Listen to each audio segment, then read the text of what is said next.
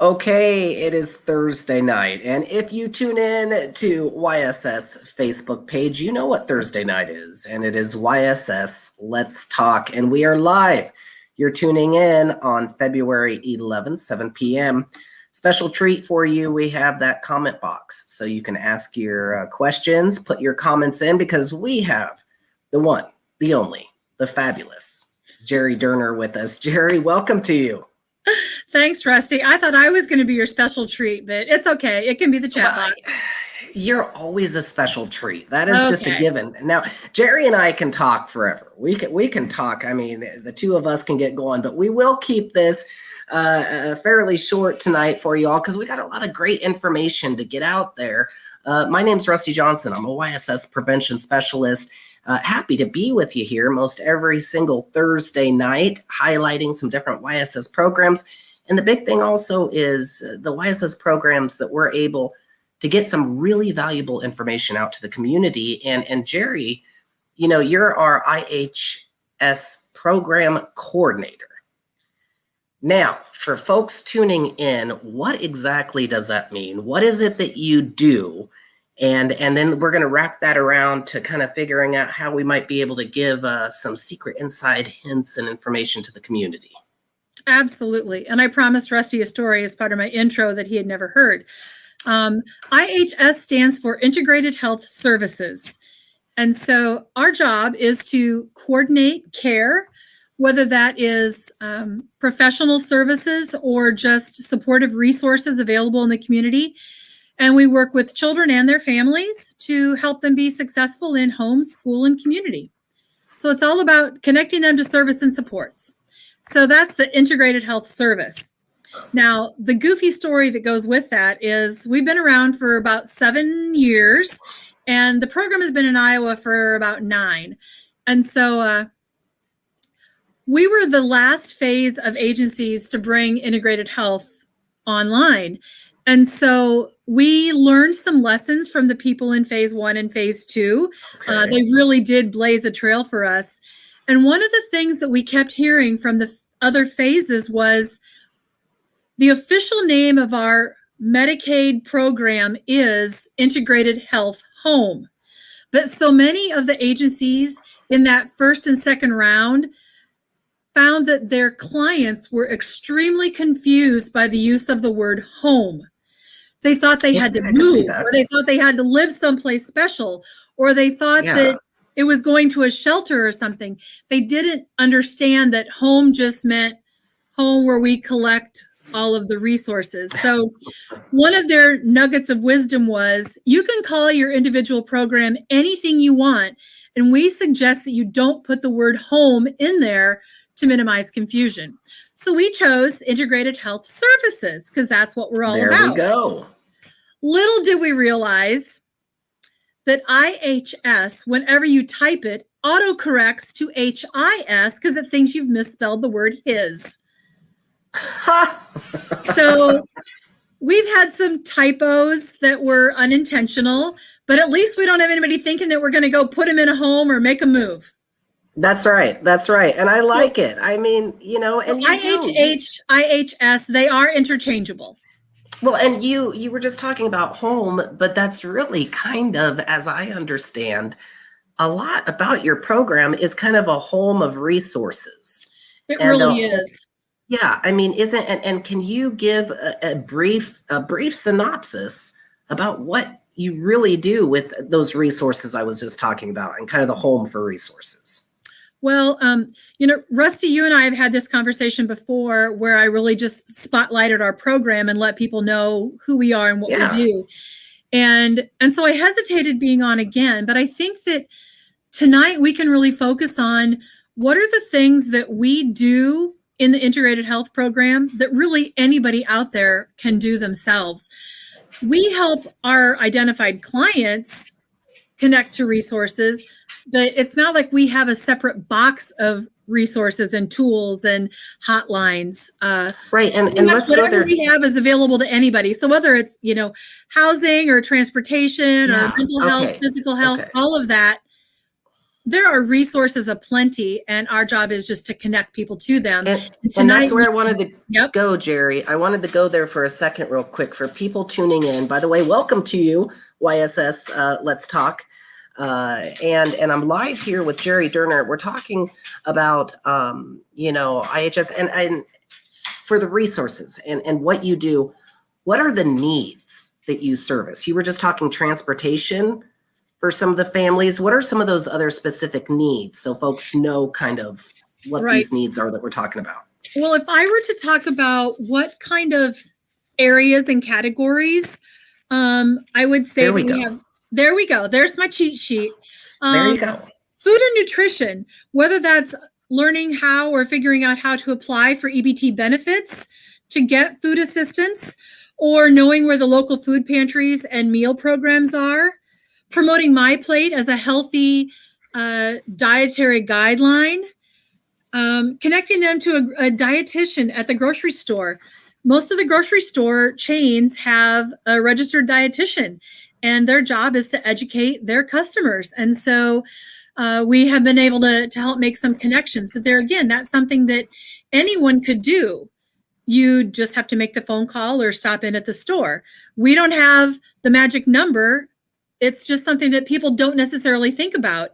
If you want to go the community dietitian route rather than the clinical dietitian. We also, our program specifically works with clients who have Medicaid insurance, and each of the managed care companies that coordinates Medicaid care have some value-added benefits. And so we make sure that people are aware of that. So they know what kind of, there are some food incentives and some healthy eating incentives. And so we try to help people, connect with that. So that's a lot that gets covered just under one category of food and nutrition.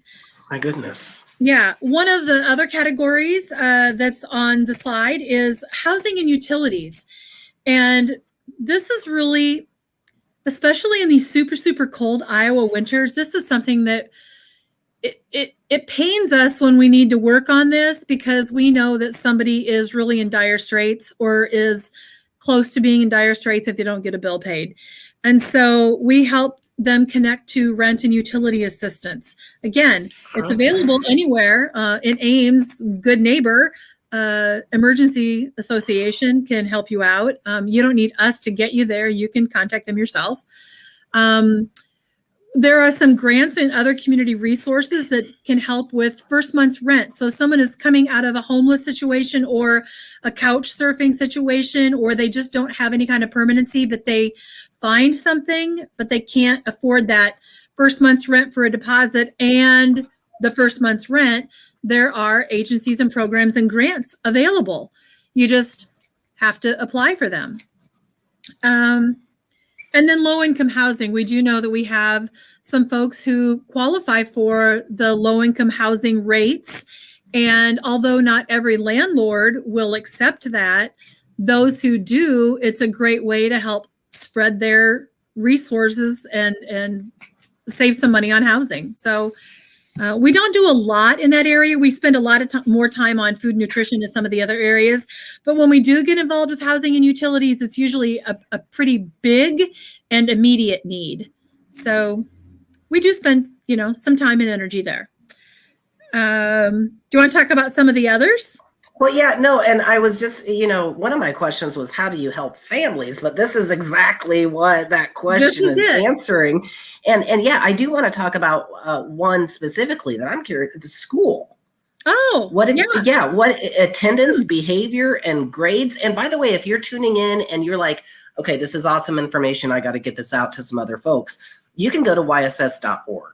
And you can click and find out all of this information Geri's talking about. But yeah, what is this school thing here that I'm reading? Absolutely. And so when it comes to school, when we talk about attendance, if we know that a child is not going to school, rather than just getting in their face and saying, you need to go, it's the law, your mom and dad will get in trouble if you don't, and you need to go and work, we know that that doesn't work.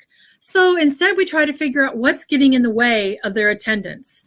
Is it that they stay up too late at night so they can't get up in the morning? Or they don't have any food in the house, so they start on an empty stomach, and that's not a good way to start school. So they'd rather just stay home in bed. Is it they don't have an alarm clock? They don't know how to, there's no reliable time to get up. Sometimes we have kids as families who are working some odd shifts, and the child has to get up on their own. And so we try to figure out what is the barrier. And that's really a common theme in a lot of the areas we work with is what's the barrier? What's getting in the way of them being successful and independent? And so it might be attendance, figure out why they're missing, help them work on time management, sleep routines. Sometimes we can build in an incentive program for truancy, dangle a little carrot that says, it's really important to get to school. What are you willing to have as a payoff if we can maybe sweeten the pot to get you to get back in the routine of going to school? And, so we can help with things like that. When it comes to school behavior, again, it's not just a bad kid. It's not a bad kid. It's a child having behavior that isn't acceptable. And so we try to figure out what's behind that. And we know that there are a lot of resources available through the AEA and the individual schools. There are IEP. AEA, sorry. Look at you using two acronyms right off the bat. IEP, AEA. Break those down for us, Geri. All right. The Area Education Association is the AEA, and every school is assigned to an association and has a liaison. And there's one specific person, maybe more than that, but at least every AEA organization has at least one person designated as a family liaison. Really? Okay. And they really are the best source of support educationally for a family.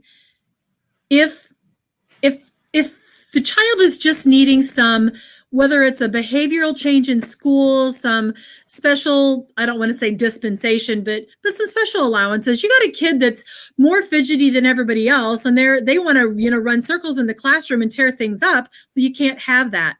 But if you can allow that kid a 5-minute break to go burn off some energy and come back to your class, every kid doesn't need that, and every kid doesn't want that. But if you have a child that's going to help them be successful and be able to focus and behaviorally appropriate, then that's the kind of a thing that can be written into an IEP, an individualized education plan.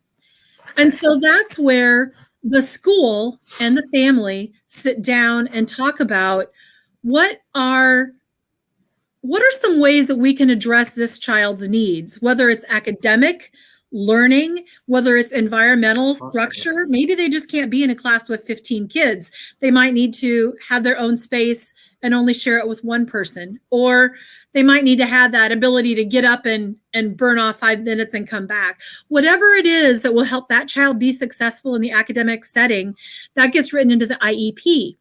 And I know that I've been to a few IEPs with some of our families, and it's because the parent feels ganged up on. They're sitting there with 6 or 7 people from the school who are there to help them. They're all a part of a team, but it doesn't feel like a team when they're all on another team and you're not on that team. So we can go with them and be that supportive person. There have been several IEPs I never opened my mouth. I didn't have to. I wasn't there for any other purpose than to support that parent. And so if a parent says, gosh, my child needs an IEP, there are some things that I think the school could help us with structurally, behaviorally, academically to help them be successful. But I don't have a Geri. I don't qualify for Geri's program. What can I do? Well, there's nothing that says you can't bring a friend in with you. Someone else who knows your child.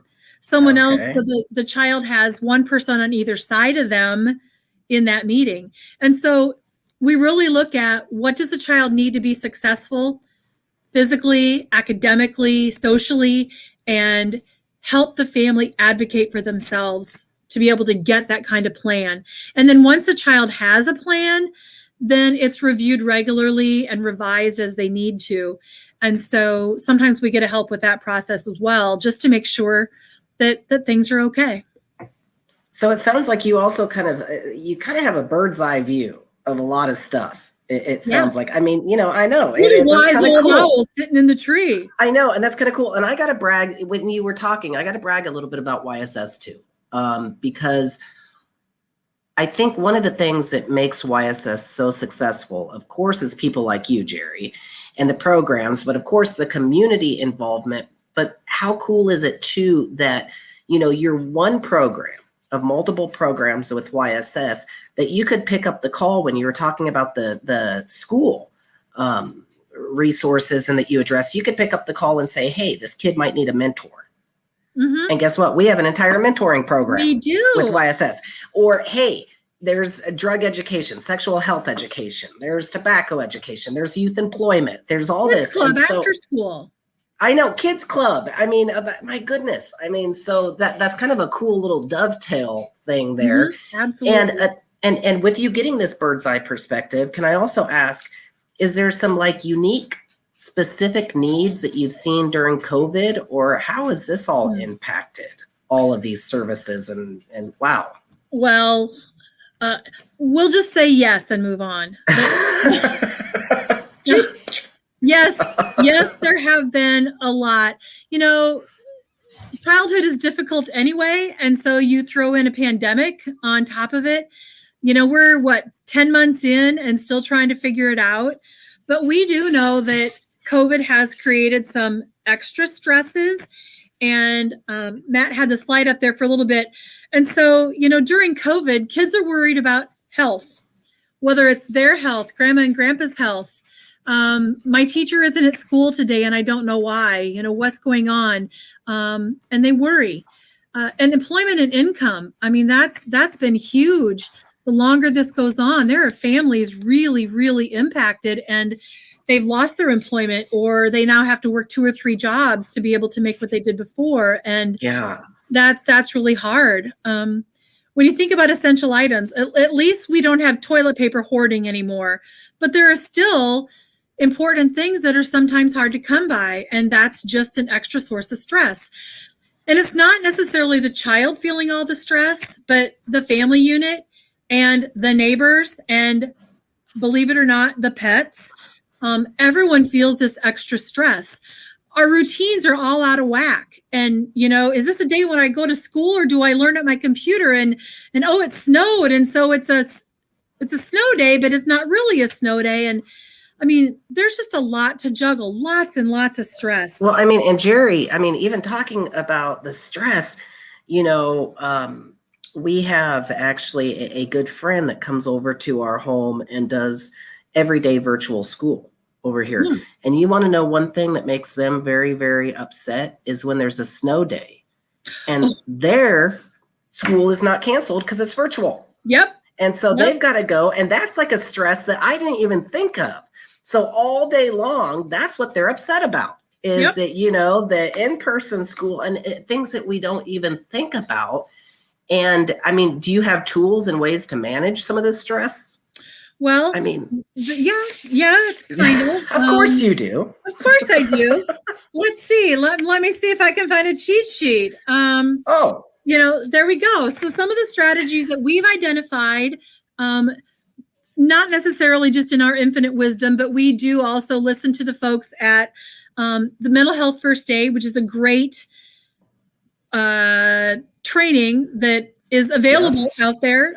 Again, it's John Q. Public can go to it. I know ISU Extension has a series. Some other agencies have series. I don't think we have any right now scheduled, but Mental Health First Aid, we all know about first aid and CPR and how to respond to physical emergencies. But mental health first aid is a really nice way to help people be comfortable dealing with mental health emergencies and recognizing something for what it is and saying, oh, that person that looks like they're having trouble in the grocery store, it's more than just a bad day. What can I do to help? So the mental health first aid is really a great training curriculum that's out there. And it's available virtually now as well. But when we think about some of the strategies to manage stress, number one is figure out what it is. What's wigging you out? What is the source of your stress? What's the issue? Because if you can identify what it is that's making you uncomfortable, itchy, nervous, want to crawl up in a ball, want to scream, whatever, however you display that, figure out what it is, because identification of the problem is the first step to changing it. And then you have to realize that there are some things you just don't have control over. So change what you can. You may not be able to change the situation that's being stressful, but you can change your response to it. You can change how you prepare for activities or events that are stressful to you. When one of the first COVID examples that I heard about this was, in the beginning when everyone was afraid to go to the grocery store, and now we're not afraid, we're just cautious. But you hear about people who they're so afraid to go to the grocery store, and they're a person who's used to going every day after work to get what they need for dinner. Well, that person doesn't want to go to the store 5 days a week. So that person could be encouraged to make one trip, and it'll be a little bit longer trip, but at least you can get everything for a week in one trip. Or the person who goes not quite as often, even they can change their approach. You're not going to stay away from the store completely, but you're going to change your approach to minimize your stress level, your discomfort, your anxiety.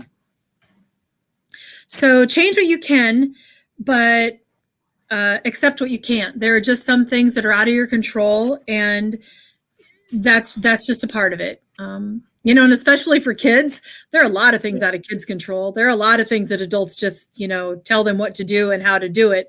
But now adults have to kind of be like kids and realize that, there are just some things that I can't do, and can't change it. All I can do is change my response to it and, be the best prepared as possible. Well, and I know, Geri, too, that mental health first aid training that you were talking about, I've been through that too.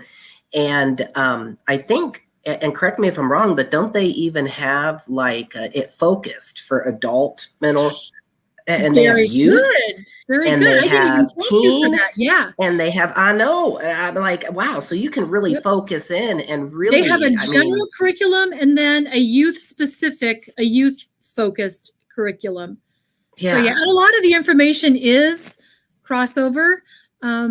But things are a little different when you're dealing with kids. They're not just tiny adults. They're undeveloped brains and other things going on in there. So and so much more. So wow. Okay. So again, welcome to everybody. If you're tuning in this Thursday night, YSS Let's Talk. We're here on Facebook. Again, I want to invite, if you are tuning in live, you're welcome to ask some questions or make some comments. I see those comments already from Linda there. We love Geri Derner. Who doesn't love Geri Derner? Everybody loves Geri Derner.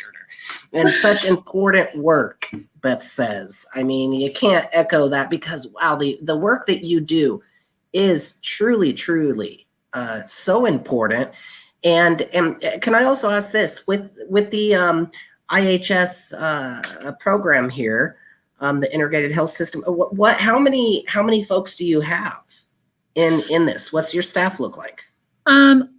I lead a team of 6, so 5 plus myself, and we have, varying degrees and areas of interest. And we currently are working with just over 200 kids. And primarily we work in Story, Boone, and Greene County, although we do have a few clients from outside of there. That's really our footprint. If you get any, especially virtually, you can work from anywhere and work with anybody. But what makes our program unique and most helpful is that we know what the local resources are, so we can help connect people. And I don't know what the resources are 2 hours away from here. Yeah. So I'm not going to be very effective with that. But every county has an assigned integrated health home or an integrated health services program. So we are available statewide wherever you are, and the service exists for children as well as adults. So it's a pretty sweet thing. So we try not to step on the toes of our peers in some of those other counties, even though YSS might have service centers there and we might serve families. We don't want to, take away from the people who are supposed to be working that area, but every now and then we make an exception. Well, okay, and let's talk about that though, because you talked about resources there again, and we put up some slides, and we've talked about a lot already in the 24 minutes that we've been on tonight. But you hit on something that I think is important. And I even put a Facebook post out about tonight, and I encouraged folks to tune in and listen. Knowing that, okay, even if you're outside of the YSS area, and let's say that you don't have the magical Geri Derner and the staff to work, how can some folks, again, I don't want to say do the research, but access the resources and know? I mean, you sound like you're the wizard with the toolbox there that can just pull out, but you've already said a couple of times that people can do some of this on their own. And some people might be more comfortable even starting on their own. Absolutely. Or doing. So how do they go about this? Are there things out there that resources link? There are. Rusty, I did not realize it until I got an email this afternoon from the United Way reminding me that today is 2/11. It's 2 February 11/11.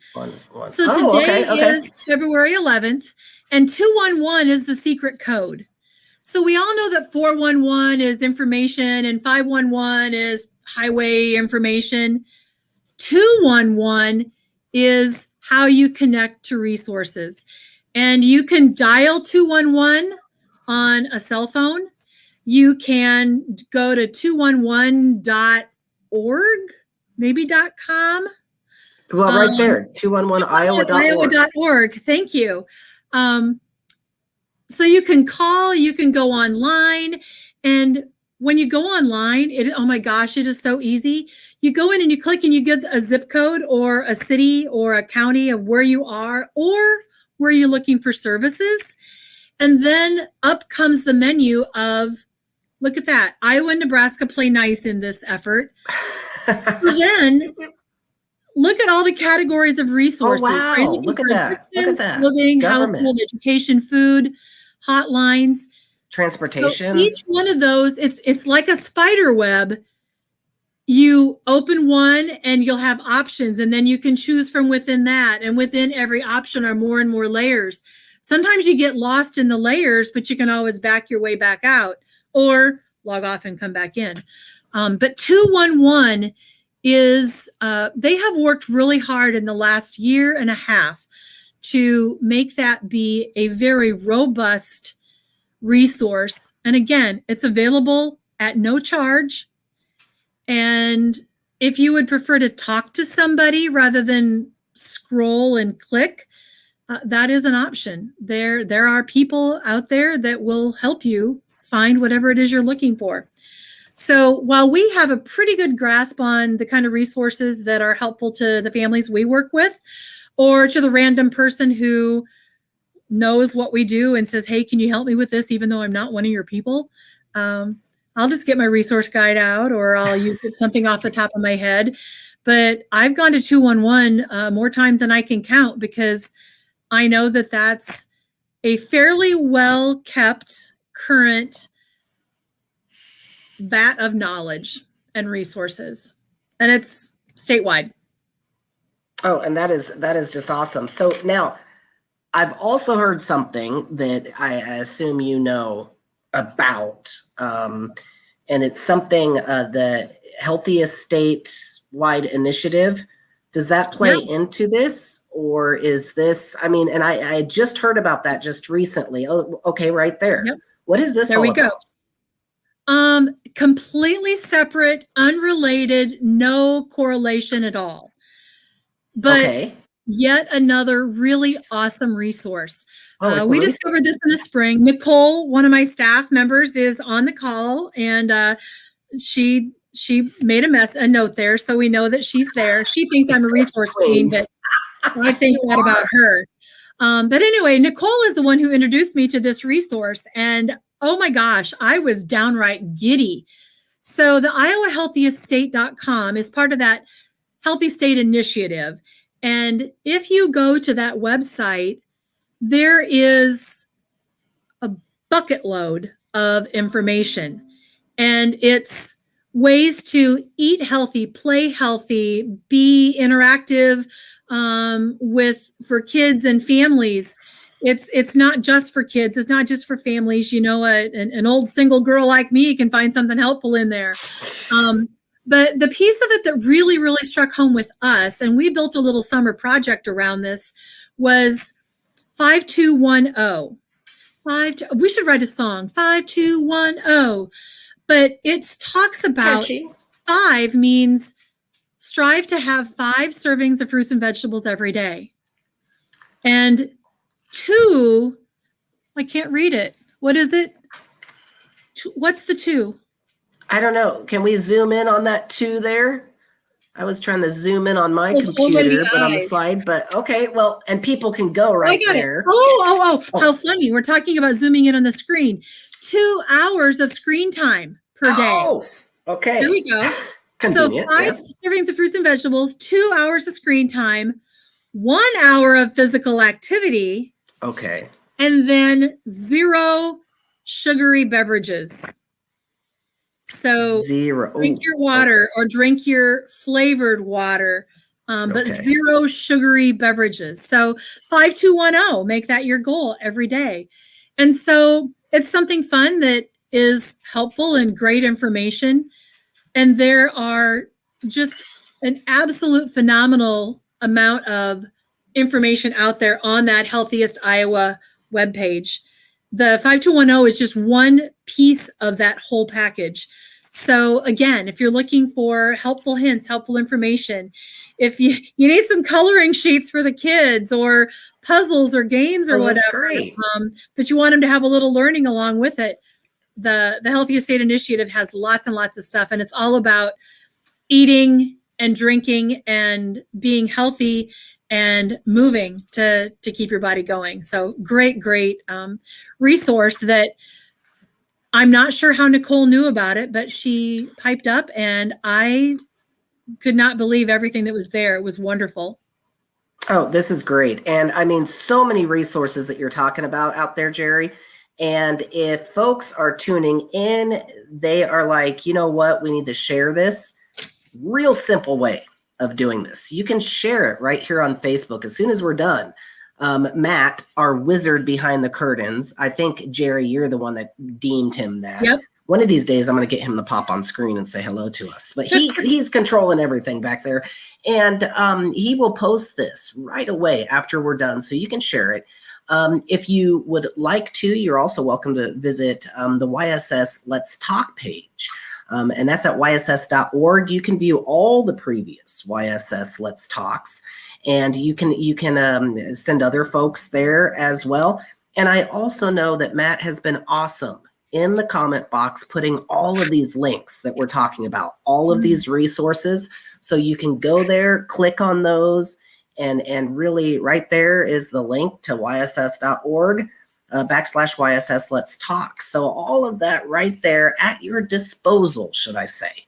I don't like that word disposal, though, because you're not disposing of anything. You're actually grabbing it and taking advantage of it. Yeah. So, I mean, wow. So, Geri, anything else you want to leave with some folks and encourage folks? I also got to say this, too. I don't know if you have any openings in your department right now, but I know that YSS has a lot of opportunities to become a part of this through volunteers, mentors, that kind of stuff. Go to yss.org. And because, boy, I mean, Geri, what you do is so awesome. I can only imagine a lot of people wanting to be a part of this. It is. And I'm very, very thankful and fortunate that I do not have any job openings on our team. We're going to have a short one here because one of our teammates is going to have a baby any day now. Congratulations. But she's coming back, so her chair won't be empty for very long. And I think that is a testimony to the support that we get as staff from our supervisors and the rest of the agency. We really are in a position that we can network with everybody. We are as much a help to the therapist and counselors that are working with the family as we are to the family, because we're kind of that, I forgot my analogy, my super analogy. Okay. We are like brick and mortar. The bricks are nothing but a pile of clay until you take the mortar and put it in between them to make a nice stack. And it's that mortar that it's kind of plies to figure out where does it really go and how does it fit best together. And then once you get the right mortar in the right spot with the right bricks, you have a really nice sturdy wall. And the IHH team in particular is like that mortar that holds the bricks together. So whether the brick is your professional services of therapy, skill development, med management, some of your specialized services like speech therapy or some of those things, or whether it's the informal supports, the IEP at school, or the helping somebody understand their medication, helping them get involved with extracurricular activities if that's something they want to do. Whatever the brick is, whether it's a service or a support, we can be the mortar to help put it all together and make a nice, strong foundation. Best analogy I've heard, not only today, but probably all week, maybe even all month, Geri. There you go. That was, yes. So, and again, just a wealth of resource, a wealth of information, but resources. And again, like you say, folks can definitely do a lot on their own, but the cool thing is you and all the staff are there to help them. And with the resources also of all of YSS, I mean, that's pretty cool. Yep. When we're talking about that and being able to pull. Again, thank you. The message for tonight really is, yeah. It's not about Geri's team and it's not about our bag of tricks. It really is about recognizing that if I'm struggling with something, I don't have to struggle alone. That's and right. I know that help is a phone call, a web click, something, almost every county out there has what is called a human services guide. And I mean, I've looked up, I probably have a collection now of 6 or 7 counties because every county has some kind of a guide. And that's, again, it's like a local 211 collection that you can print out if you want to, or you can just scroll through it. But don't be afraid to ask for help. Don't be afraid to go search for help. Don't be afraid to be the helper, because sometimes it's important to be the helper. But yeah, we don't have any magic tricks, but what we do have is a lot of experience connecting people to things that can be helpful. But as much as we'd love to have more families to work with professionally and specifically, I'm just really, really happy to be able to share some of the resources that really are out there. The resource guides, the 211, there's the United Way in almost every county in the state. And, they are also a great source of resources and information. So yeah, it's no 2 days are alike. And I really love that, and some days bring bigger problems than others, but it's nothing that we can't figure out. Yeah. And don't be afraid, if you're listening to this, to send people to rewatch Geri and all of the resources that she just gave you. So Geri, I also want to give a huge shout out to a friend of ours who has been such an advocate of YSS, such an advocate of your program. I believe you just talked to him yesterday morning, wasn't it? Oh, Mr. Crippen. Absolutely. Yes. Mel, can we give him a shout out? Radio. Yes. So, and I believe 1430 KASI AM, Mel in the morning. Mel, thank you so much for everything that you do. And thank you, for helping get the word out there about all of the YSS programs, but also every single Wednesday morning, you get a sneak peek at YSS Let's Talk. If you tune in at, 7:15 in the morning, I think? 7:15. And that's early. I've done a couple of interviews there, and that's early. I prefer the 7 p.m. slot on YSS Let's Talk. But you know what? So, Geri Derner, I want to say a very, very special thank you for being on YSS Talk, sharing all of these resources. And again, encouraging folks, please jump on board here. And like Geri said, you can be that help. And if you need the help, don't be afraid to ask for the help. Don't be afraid to look for the help and use the resources. They're here. Right, Geri? Absolutely.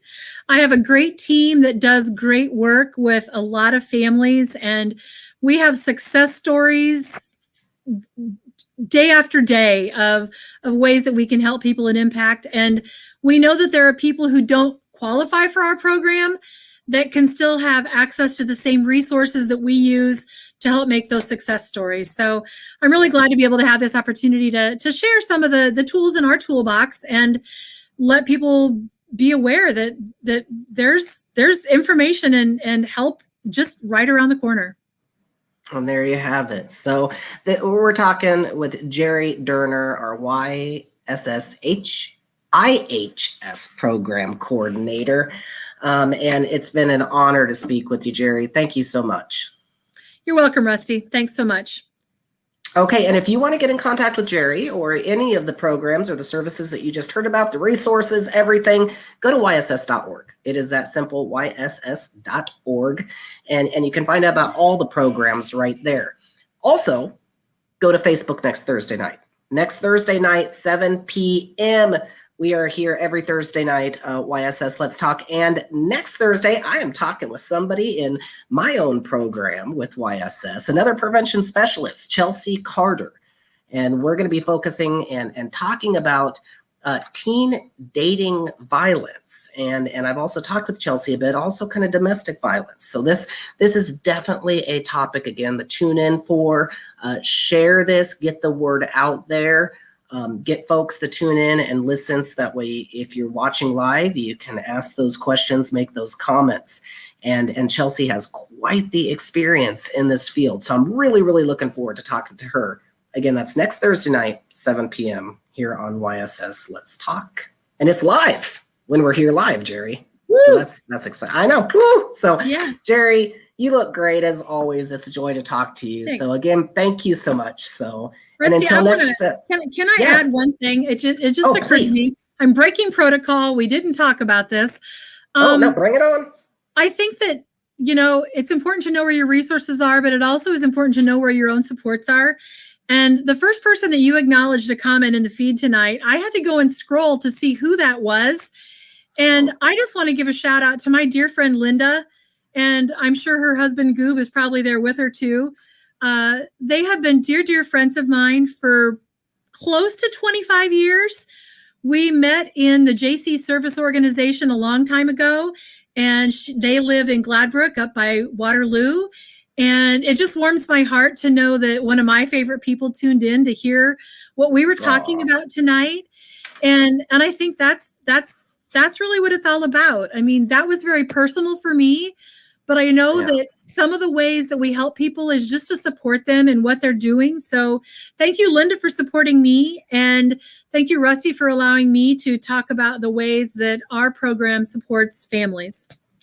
Well, and anytime. And that was a great promo as well. Hey, if you comment and you put in a little question for us, you might get a really special shout out and we appreciate everybody. And also just to say a huge shout out to all of the community folks that make all of this possible, all of the resources, all of the volunteers. Here I go. I say it every single YSS Let's Talk. It takes a village. It does. And thank you to all of those who are part of this village. So until next Thursday night, stay safe and stay warm. My goodness, it's cold outside. So stay warm and we'll see you next Thursday night.